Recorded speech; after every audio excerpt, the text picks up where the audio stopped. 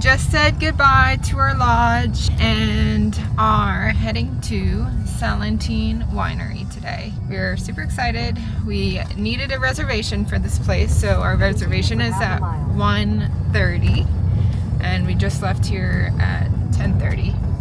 It takes 2 hours and 16 minutes, so hopefully we'll be right on time. And then we're also going to check into our other Airbnb today, which is located in Vista Flores. And we're off from Potrerillos, a quiet lake town where we spent a few relaxing days. Now we're heading south for about 2 hours from our remote lodge and driving through the Andes and into Uco Valley. This area of Mendoza is a bit further out than most Mendoza wine spots, which is why many travelers miss it. But trust us, Uco Valley is a must-see. When you think of the classic Argentine wine country, this is it. Countless rows of vineyards, tall poplar trees lining the long, quiet roads, and the dramatic Andes rising in the distance. Every turn we took just made me want to run through the endless rows of grapevines. We just made it to Salentein. And we are a little bit early, 40 minutes early. Our reservation's at 1:30. So we're gonna see what we can look at. They have an art gallery and a restaurant and a wine bar and maybe more. We'll see. We are going to check in and see what we can do in the meantime. There's also art pieces around the property that you can admire and look at too. It's a very artistic winery. He's one behind me. We got our visitors passes from the front desk over there, and now we're just gonna walk around for 30 minutes until our tour starts. But it starts right here. Pulling into Salentein, the first thing that hits you is how stunning the place is. The architecture is sleek and modern, but it still feels really connected to the landscape. It's surrounded by vineyards with the Andes in the backdrop. And there's art everywhere, which gives it this peaceful, almost museum-like vibe. We started our visit with a short film that gave us some background on the winery, how it helped put Uco Valley on the map, and why the location is so ideal for growing grapes. Then we headed out to the main winemaking building to see how it all comes together. Once we got inside, they walked us through their process. They use temperature-controlled tanks to make sure fermentation happens just right, especially for their high-altitude Malbecs and other varietals. We noticed that everything is really precise and intentional here. One of the coolest parts of the tour was this underground circular room in the cellar. It's built for perfect acoustics, with a grand piano right in the center. The winery uses it for concerts, private events, and even wedding ceremonies. Imagine getting married surrounded by wine barrels. You would definitely get some good wedding photos here.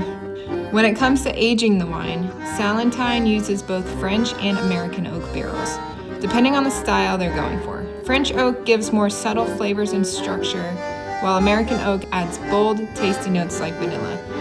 These barrels are super important for their high-end wines.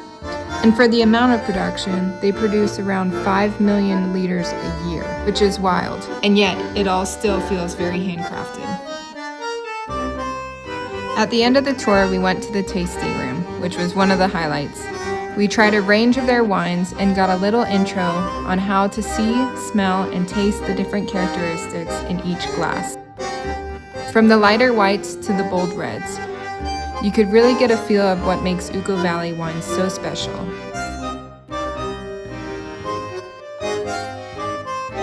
And even though our time at Salentein was done, the day was not over.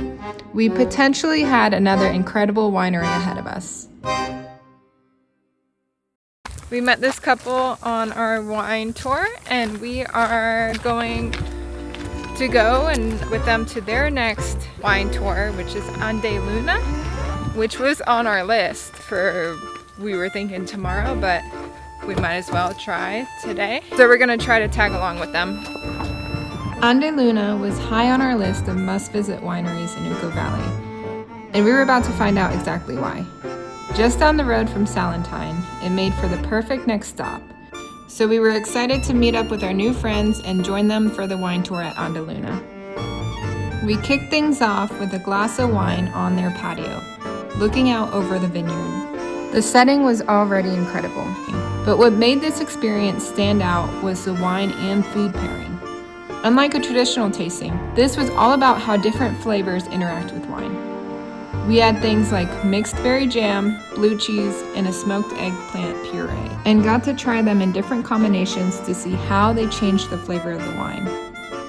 It was a fun and hands-on way to learn that there's really no one-size-fits-all when it comes to pairings. It really comes down to your personal taste, and this was the perfect way to find out what we each liked best. After the tasting, we got a quick tour of the winery. They showed us the different materials they used during fermentation, including both stainless steel tanks and concrete eggs. And we even spotted a super cool wall made of full wine bottles. If you plan on visiting, we definitely recommend sticking around for a late lunch or early dinner. The view from the restaurant is incredible, especially at sunset. Just be sure to book ahead. We happened to visit during a holiday weekend and couldn't get a table, which was a bit of a letdown, but also just another reason to come back. After a full day of tastings and tours, it was time to head to our Airbnb and wind down after an amazing day in Uco Valley.